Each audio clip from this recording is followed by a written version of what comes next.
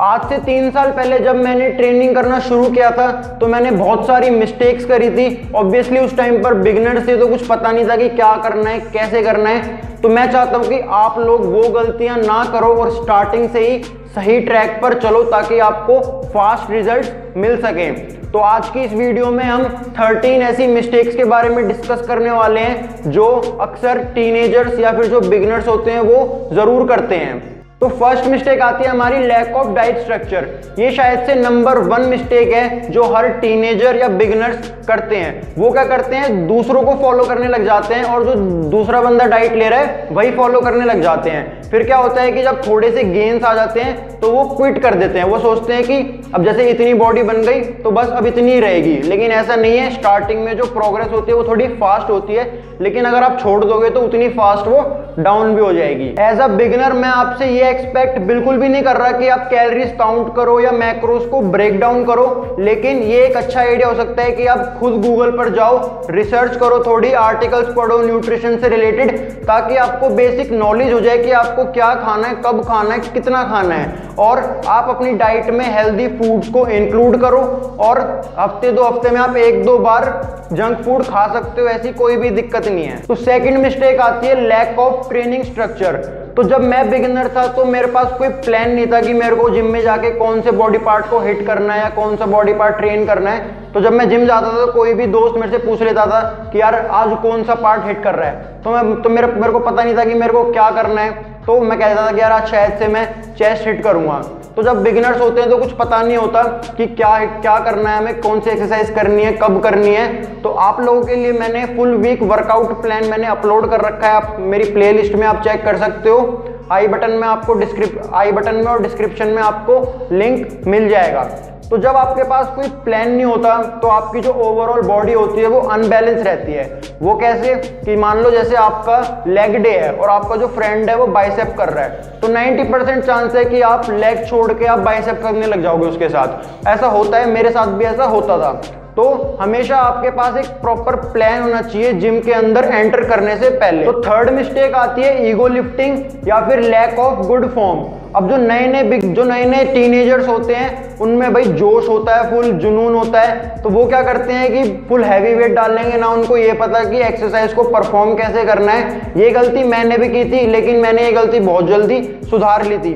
तो सबसे ज़्यादा ईगो लिफ्टिंग जो होती है वो होती है बेंच प्रेस में और जो बाइसेप कर्ल एक्सरसाइज है उसमें। बेंच प्रेस में क्या करते हैं, फुल वेट डाल लेंगे अपनी कैपेसिटी से ज़्यादा, और जब उठाते हैं तो जब नीचे लेके आते हैं तो अपनी चेस्ट पे एकदम से दे के मारते हैं।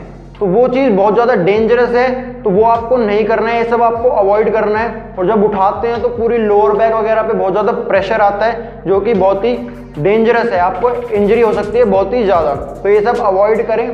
और जो बाइसेप कर्ल एक्सरसाइज है उसमें क्या करते हैं कि फुल ऐसे स्विंग करते हैं, तो ये नहीं करना है आपको। बाइसेप पे कम आता है, जो बाइसेप पे कम इफेक्ट आता है और जो अदर मसल्स हैं वो ज़्यादा इन्वॉल्व हो जाती हैं। तो ये सब आपको अवॉइड करना है, ईगो लिफ्टिंग को आपको अवॉइड करना है अगर आपको लंबे समय तक जिम में टिकना है और अच्छी फिजिक बनानी है। तो फोर्थ मिस्टेक आती है लैक ऑफ कंसिस्टेंसी।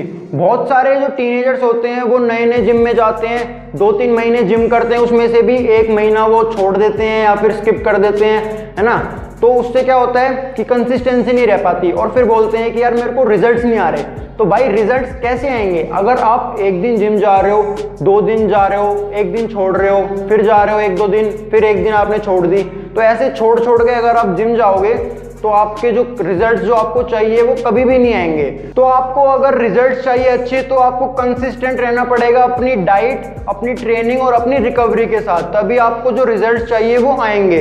अब बहुत सारे जो बिगिनर्स होते हैं या जो टीनेजर्स होते हैं वो जब उनको रिजल्ट्स आते हैं स्टार्टिंग में तो बहुत ज़्यादा एक्साइटेड हो जाते हैं, और फिर क्या होता है कि जैसे ही जो रिजल्ट्स होते हैं वो स्लो हो जाते हैं आने, फिर वो डीमोटिवेट हो जाते हैं और जिसकी वजह से वो इंटरेस्ट लूज कर देते हैं और जिम क्विट कर देते हैं। जो कि बहुत ही ज़्यादा गलत चीज़ है। अगर आपको अच्छे रिजल्ट चाहिए तो आपको कंसिस्टेंट रहना पड़ेगा। फिफ्थ मिस्टेक है लैक ऑफ स्लीप। जब आप वर्कआउट करते हो उस टाइम पे आप अपनी मसल्स को ब्रेक करते हो, उसको रिपेयर करने के लिए बॉडी को चाहिए क्वालिटी स्लीप। जब आप सो रहे होते हो उस टाइम पे सबसे ज़्यादा आपकी बॉडी में ग्रोथ हार्मोन और टेस्टोस्टेरोन रिलीज होते हैं।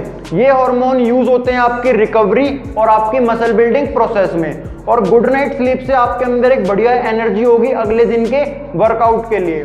और अगर आपका गोल है टू गेट स्ट्रॉन्गर और बिगर, तो आप मिनिमम 8 आवर्स की sleep low for maximum growth और रिकवरी। सिक्स्थ मिस्टेक है टू मैनी सप्लीमेंट्स। अब आजकल के जो टीनेजर्स होते हैं उनको चाहिए 2 महीने वाली बॉडी, तो उसकी वजह से वो क्या करते हैं कि बहुत सारे सप्लीमेंट्स खरीद के लिए आते हैं और डाइट को भूल जाते हैं और सप्लीमेंट्स को यूज करते हैं। उसके बाद ना उनको कोई रिजल्ट मिलते हैं और ना ही कुछ, और वो पैसा हो जाता है बर्बाद।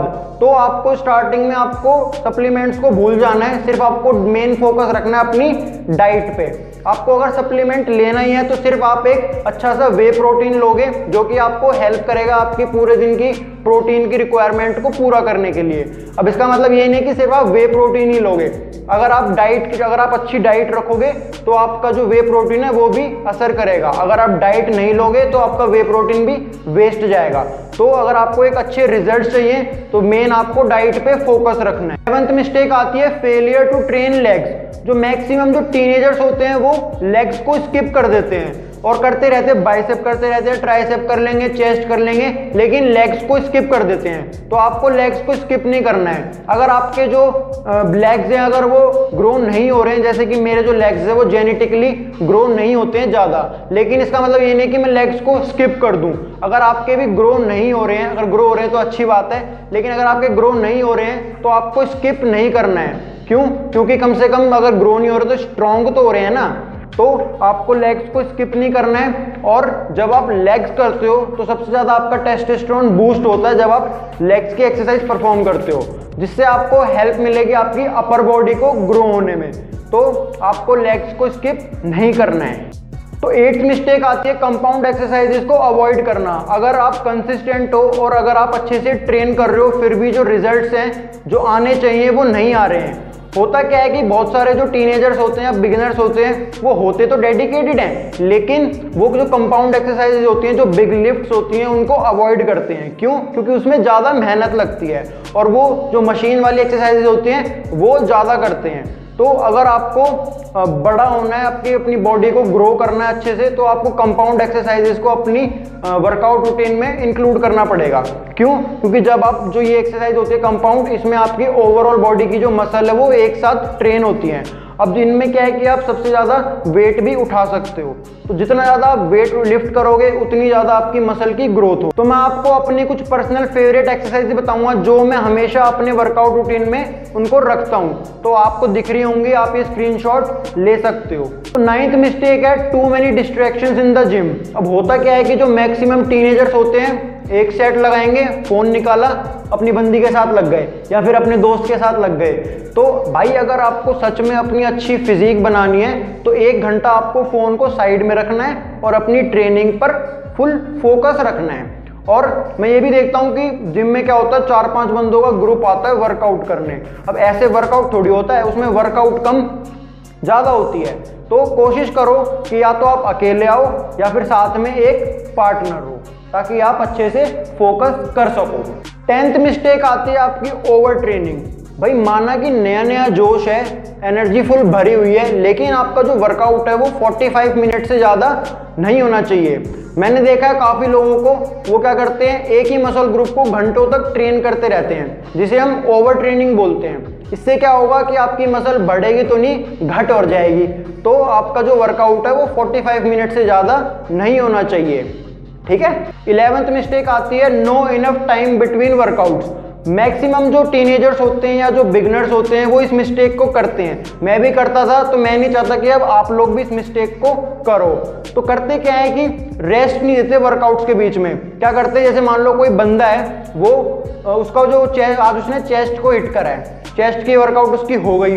अब वो क्या करेगा, घर जाते जाते 1-2 सेट अपने बाइसेप के मार के जाएगा। क्यों? क्योंकि बाहर निकल के उसको बड़ा बड़ा दिखाना है बाइसेप। तो वो 2-3 सेट मार लेगा। तो ऐसे ही वो रोज करेगा कि जैसे जाते जाते 1-2 सेट ट्राइसेप का कर लिया या 1-2 सेट बाइसेप का कर लिया। तो इससे क्या होगा कि आपकी जो मसल है उसको प्रॉपर रेस्ट नहीं मिलेगा, जिससे कि फिर वो ग्रो नहीं होगी, वही बात आ जाएगी। तो आपको ऐसा नहीं करना है, ठीक है। और आपको जब भी कोई पुश वर्कआउट करते हो, जैसे कि शोल्डर या फिर आपने चेस्ट करी, तो इसमें क्या होता है कि आपके जो ट्राइसेप है वो भी इन्वॉल्व होता है, ट्रेन होता है थोड़ा सा। तो आपको नेक्स्ट डे आपको ट्राइसेप को हिट नहीं करना है, कम से कम एक दिन छोड़ के आपको ट्राइसेप हिट करना है, उसके एक दिन छोड़ के अगले दिन। ऐसे ही आपको पुल में करना है, जैसे कि हम करते हैं, जैसे बैक करते हैं तो उसमें पुल एक्सरसाइजेज होती हैं, तो उसमें आपका जो बाइसेप है वो ट्रेन होता है। तो आपको उसके अगले दिन आपको बाइसेप ट्रेन नहीं करना, कम से कम एक दिन छोड़ के उसके बाद करना है, ठीक है। तो 12th मिस्टेक आती है कि वर्कआउट से पहले वार्म अप ना करना। ये मिस्टेक जो है ये हर बिगिनर और टीनेजर जरूर करते हैं। मैं भी करता था जब मैं बिगिनर था। तो जो वार्म अप है ये बहुत ही ज़्यादा ज़रूरी है वर्कआउट से पहले। कम से कम आपको 10 मिनट वार्म अप ज़रूर करना है वर्कआउट को स्टार्ट करने से पहले, ताकि आपकी जो सारी मसल्स हैं वो खुल जाएं और अच्छे से ब्लड फ्लो उनके अंदर इंक्रीज हो जाए। अगर आप वर्कआउट से पहले वार्म अप नहीं करोगे तो आपके इंजरी के चांसेस काफ़ी ज़्यादा बढ़ जाएंगे। तो मेक श्योर कि आप वर्कआउट से पहले वार्म अप 10 मिनट का वार्म अप ज़रूर करें। तो लास्ट मिस्टेक है हमारी वर्कआउट के बीच में पानी ना पीना। बहुत सारे लोग आपको मिलेंगे जो बोलेंगे कि वर्कआउट के बीच में पानी नहीं पीना चाहिए, आपकी हड्डियों में पानी चला जाएगा या पता नहीं कहाँ कहाँ पानी चला जाएगा। तो इन सबको आप जितना अवॉइड करोगे उतना आपके लिए बढ़िया है। अगर आप 1 घंटे का वर्कआउट करते हो तो कम से कम आपको 1 लीटर पानी ज़रूर पीना है, ताकि आपकी बॉडी डिहाइड्रेट ना हो, हमेशा हाइड्रेटेड रहे। आपकी जो मसल्स है वो 70% वाटर से ही बनी हुई है। तो कोशिश करना है कि आप 1 लीटर पानी ज़रूर पिए अपनी ट्रेनिंग के टाइम पे। तो गाइज आई होप कि आपको वीडियो अच्छी लगी होगी। वीडियो अच्छी लगी तो वीडियो को लाइक करें, शेयर करें अपने दोस्तों के साथ, और चैनल को सब्सक्राइब करना मत भूलना। और अगर आपको कोई क्वेश्चन पूछने तो आप कमेंट सेक्शन में कमेंट कर सकते हो, नहीं तो आप मेरे को इंस्टाग्राम पे फॉलो कर सकते हो।